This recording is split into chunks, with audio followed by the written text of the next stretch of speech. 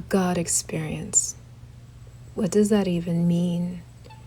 I've experienced dolphins at SeaWorld. I've experienced great music, transformative art.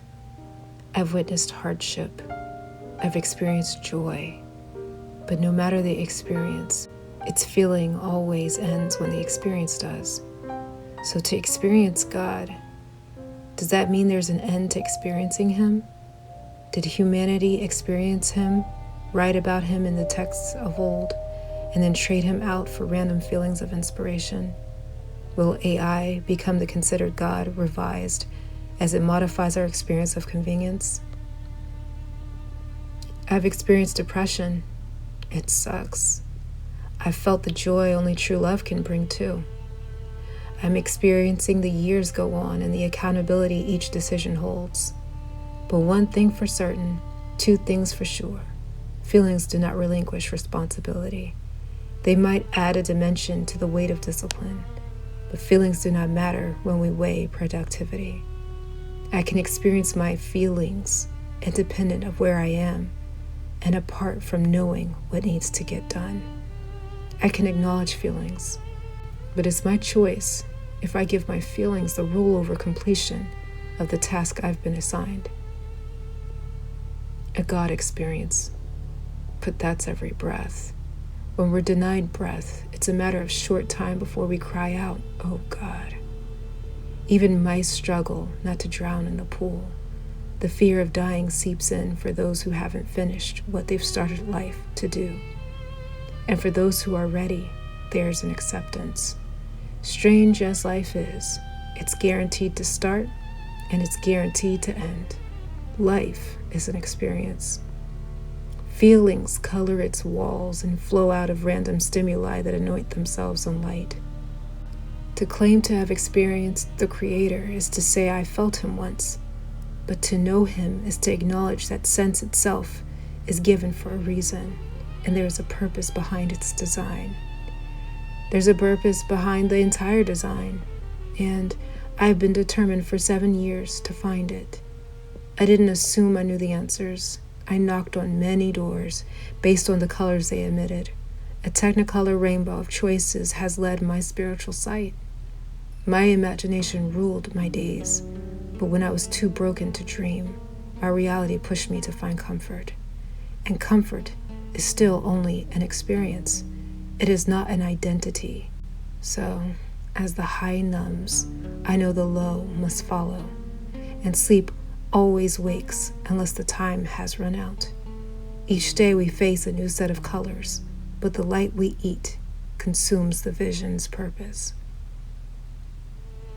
A God experience.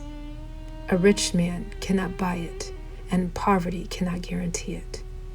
A God is a title, and there are many idols. I worship mine every day. Corporations rely on advertising the need to feed these gods, and they load the fear if I can't buy what I need. But there's always someone content with less. Experience less and overcome. Less teaches the brain to adapt, breaking the cycle of feeding codependent idols. Most gods are leeches, operators, sucking our energy from living a full life of prosperity. Experiencing an intentional provisional change is the new cold plunge. Cold plunges are short experiences, but to give away significant comfort measures challenges the brain to question who our real God is. I stopped using social media for about 2 years. That stop taught me a lot about who was God in my life. Social media was hard to give up because my opinion and self-view had become my God. My connection to others and my opinions about their perceived status validated my own. How does someone who attained unmatched wealth, influence, and knowledge reach the height of human success and conclude that it is all ultimately empty? Show me a successful man without faith, and I promise you, at night, he lives the empty hollow of realizing pleasure is only a temperamental experience in reality. He can lengthen its experiential time, but he cannot change pleasure's identity or its purpose. A child becomes a man when he no longer runs from the fights that once made him hide, He becomes wise when he knows when to submit authority. A woman is wise when she builds up her own home. She's wiser still when she silences and voids that disrespect her voice. How does a child learn honor in the presence of disrespect? When pleasure is elevated above responsibility, how are boundaries learned at all? I once sat in a room with a Muslim Egyptian, agnostic Londoners, and South Africans. I was there with my convictions, representing a country younger than all the others present. My country 'tis of thee, effectively written across my forehead. The song's language, once common, now feels almost archaic. Its references to a Hebrew Elohim, increasingly out of place in modern public life. Perhaps it survives only as an emotional or cultural experience, rather than a statement of belief. Whether I intended to or not, I represented the red, white, and blue, not because of my skin color, but because of my accent and passport. China paid me more simply on the basis of my nationality. I carried a form of birthright privilege the others did not, and my opinions carried weight because of it. So when philosophy and religion entered the conversation while we sat together in a largely secular, even nihilistic context, my passion surfaced. I spoke with the confidence of someone shaped by a culture that still expects conviction. One of the Londoners remarked that he had been watching this intensity in the United States, noting how much it had dimmed in the UK.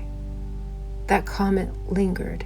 It made me question who now occupies the global platform of moral and philosophical influence. Is it the newest country on the international stage, or is the United States' collective search for meaning quietly transitioning away from shared frameworks of belief and towards something less defined? Fragments of conviction still exist across cultures. That much is clear. But the larger question remains unresolved. What is happening to the masses? We all left the room and returned to our respective countries. The experience we shared ended, but who we were did not. What followed was the testing of my convictions, whether they would remain steady as new influences appeared, or weaken as life itself grew dim. There is power in understanding the body as a room.